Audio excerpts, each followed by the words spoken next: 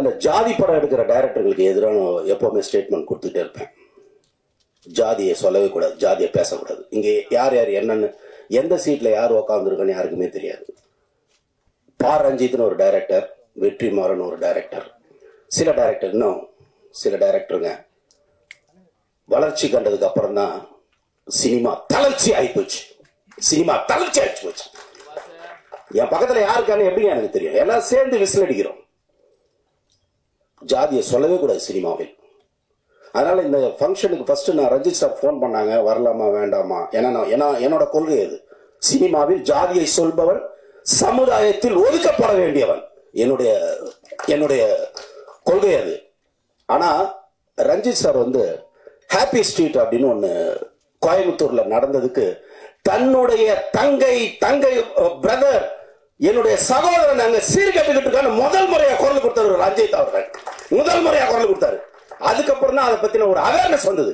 அப்ப என்னன்னா, ரஞ்சித்துக்கு என் எதிர்காலத்தில் என் சகோதரன் கெட்டு போயிடக்கூடாது, என்னுடைய கலாச்சாரத்தை தூக்கி பிடிக்க நான் குரல் கொடுப்பேன் என்று கொடுத்த ஒரு ரஞ்சித் நிச்சயமா நல்ல படம் எடுத்திருப்பார். நிச்சயமா நல்ல படம் எடுத்திருப்பார். அது ஜாதியை பின்னணியில் வைத்திருந்தாலும் அது நல்ல படமாக, சமுதாயத்துக்கு கருத்து சொல்லக்கூடிய படமாகத்தான் இருக்க வேண்டும். ஒரு டயலாக் எனக்கு வந்து ரொம்ப கோபமாவே இருந்தது. விவசாயி அவன் நிலத்துல மட்டும் விதைக்கிறவன் இல்ல, நிலத்துல மட்டும் எதையும் சேரவும் இல்ல, பொண்ணுங்களோட வயிற்றுல செய்ய அப்படிங்கிற ஒரு வார்த்தை இருக்குல்ல. மை காட், அவரா எழுதல. அது சமுதாயத்தில் இன்று ஒரு ஜாதியை அந்த தலைவர்கள் அப்படி உருவாக்கி வச்சிருக்காங்க. ஒரு தலைவர்கள் உருவாக்கி வச்சிருக்காங்க ஓட்டுக்காக. நம்மள ஒண்ணுங்க. சூத்திரியன் யாரு? நீங்க சொல்ற மாதிரியா சூத்திரியன்ற ஒருத்தவங்க எப்ப திரும்ப உருவானா? நம்ம உருவாக்கல, இந்துக்கள் உருவாக்கல. இங்க படையெடுத்து வந்தா பாருங்க, அவன் உருவாக்கினான். இஸ்லாமியர்களும் அடுத்து வந்த வெள்ளைக்காரர்களும் உருவாக்கிய சூட்சமம் அது. சூத்திரன் என்பவன் சூத்திரத்தை அறிந்தவன், இறைவனுடைய சூத்திரத்தை அறிந்தவன் சூத்திரன், பிரம்மத்தை அறிந்தவன் பிரம்மன், பிராமணன். அப்படிதான் நம்ம வச்சிருந்தோம். வேறுபாடே கிடையாது நமக்கு. கால்நடை பயிற்சி பண்ணுவான், விவசாயம் பண்ணுவான், அவ்வளவுதான் சூத்திரன். அவனை கீழ்நிலைக்கு மாத்துறது யாரு? இங்க வந்து படையெடுத்ததுக்கு அப்புறம் தான் அவனை கீழ்நிலைக்கு கொண்டு போனான். இப்ப அவனுக்கு கூட இவனுக்கு சேர்ந்துகிட்டு நம்மளை கேவலப்படுத்திட்டு இருக்காங்க. மாற்றப்பட வேண்டும், அத்தனையும் மாத்தணும். நம்ம எல்லாரும் ஒண்ணு. இந்த எண்ணத்தை யாரு படமாக எடுக்கிறார்களோ அவர்களைத்தான் இனி நாம் கொண்டாட வேண்டும். அவங்களதான் நம்ம கொண்டாடணும்.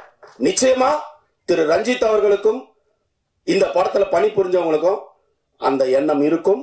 நிச்சயமாக அந்த படம், நாம் அனைவரும் சகோதரர்கள், பிரிவினை கிடையாது. ஆனால் திட்டம் போட்டு நாடக காதல் செய்து நாட்டை நாசம் செய்யும் எவனையும் தண்டிக்கும் உரிமை நல்லவர்களுக்கு உண்டு.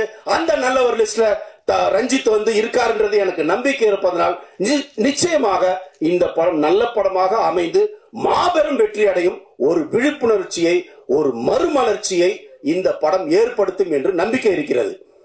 சமுதாயத்தில் ஜாதி என்ற விலங்கு இருக்கிறது இல்ல, அந்த விலங்க பொன் விலங்கில் அறிமுகமான என் நண்பர் ரஞ்சித் அந்த ஜாதி வலயத்தை உடைப்பார் என்று நம்பி ஆசீர்வதித்து இந்த படம் மாபெரும் வெற்றியில் நான் இதே மாதிரி பேசுவேன்னு நம்பிக்கையோட உங்ககிட்ட இருந்து விடை